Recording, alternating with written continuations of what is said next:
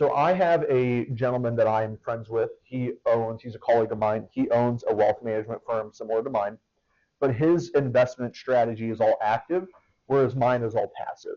So he's very much into security selection, asset allocation shifts.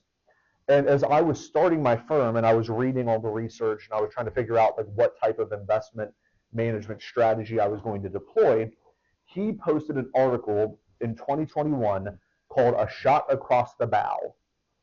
Has anybody ever heard of the term "the shot across the bow"? So it's a naval term.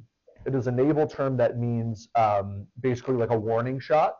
So if you shoot across the bow of a ship, you're like basically saying like, hey, don't move any further. Like you're kind of like saying, I could kill you, but so it's a warning shot, right? It's a naval term. So he writes this article called "A Shot Across the Bow."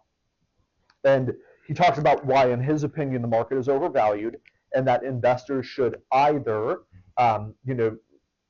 lower their stock purchasing, stop purchasing stock, shift to bonds. And then in the very, very end, his last suggestion is, if you're really concerned about the market being overvalued, you should sell your stocks and move to cash and wait until the storm, so to speak, ends.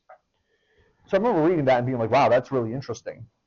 Because at that time, and I pulled up the charts, in 2020, the pandemic happened. Everybody thought that the market was going to tank.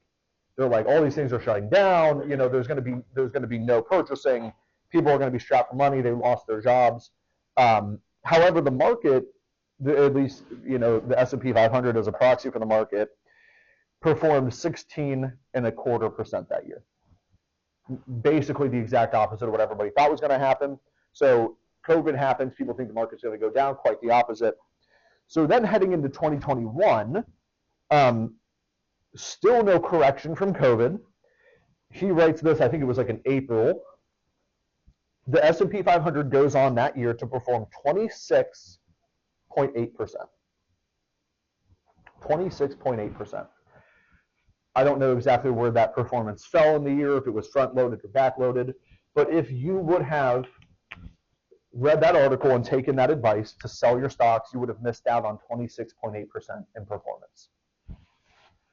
So that is why tactical asset allocation shifts are very, very hard to time, because it was not until 2022 that the market finally corrected prices from COVID and drew back 19.4%.